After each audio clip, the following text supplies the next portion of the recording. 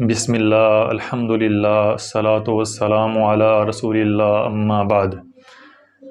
انسان کو گمراہ کرنے کے لیے شیطان بہت زیادہ ایکٹیو ہے۔ وہ روزانہ کی بنیاد پر اپنے چیلوں کو، انسانوں کو گمراہ کرنے کے لیے روانہ کرتا ہے۔ جو اس کا چیلا سب سے بڑا گناہ کرواتا ہے، شیطان اس کی حوصلہ افزائی کرنے کے لیے اس کو تاج پہنا دیتا ہے، جیسا کہ سلسلہ حدیث صحیحہ کی حدیث نمبر 1591 میں ہے۔ سیدنا ابو موسیٰ اشعری رضی اللہ عنہ بیان فرماتے ہیں کہ رسول اللہ صلی اللہ علیہ وسلم نے ارشاد فرمایا، اذا اصبح ابلیس بث جنودہ، جب ابلیس صبح کرتا ہے تو وہ اپنے لشکر کو روانہ کرتا ہے اور وہ بھیجتا ہے اور ان کو یہ آفر کرتا ہے کہ جس نے آج کسی مسلمان کو سب سے زیادہ گمراہ کیا اس کو تاج پہناؤں گا۔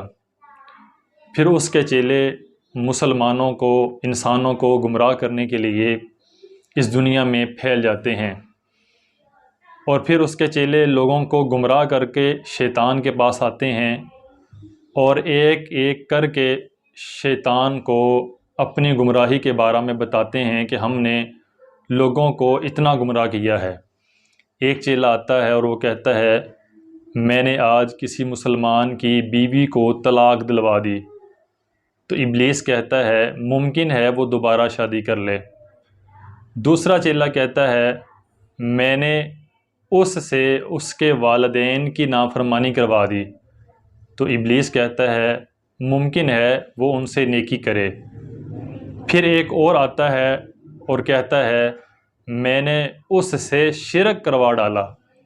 تو شیطان کہتا ہے انت تو نے بہت اچھا کیا ہے، تو نے کام کیا ہے، تو نے بہت اچھا کیا ہے۔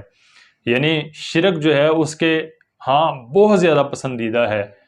اور اس طرح ایک اور آتا ہے اور وہ کہتا ہے میں نے قتل کروا کر چھوڑا۔ تو ابلیس کہتا ہے انت وَيُلْبِسُهُ التاج۔ رسول اللہ صلی اللہ علیہ وسلم فرماتے ہیں کہ شیطان اپنے اس چیلے کو کہتا ہے کہ تو نے بہت اچھا کام کیا ہے، اور شیطان اس کام کی بنیاد پر، اس کام کی وجہ سے اپنے اس چیلے کو تاج پہنا دیتا ہے۔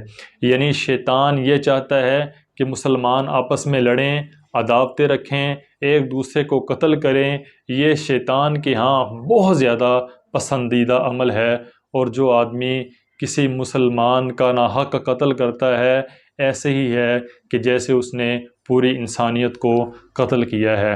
اللہ تعالیٰ سے دعا ہے اللہ تعالیٰ ہمیں ایسے برے فعل سے اور ایسی گمراہی سے مکمل محفوظ فرمائے۔ والسلام علیکم ورحمۃ اللہ وبرکاتہ۔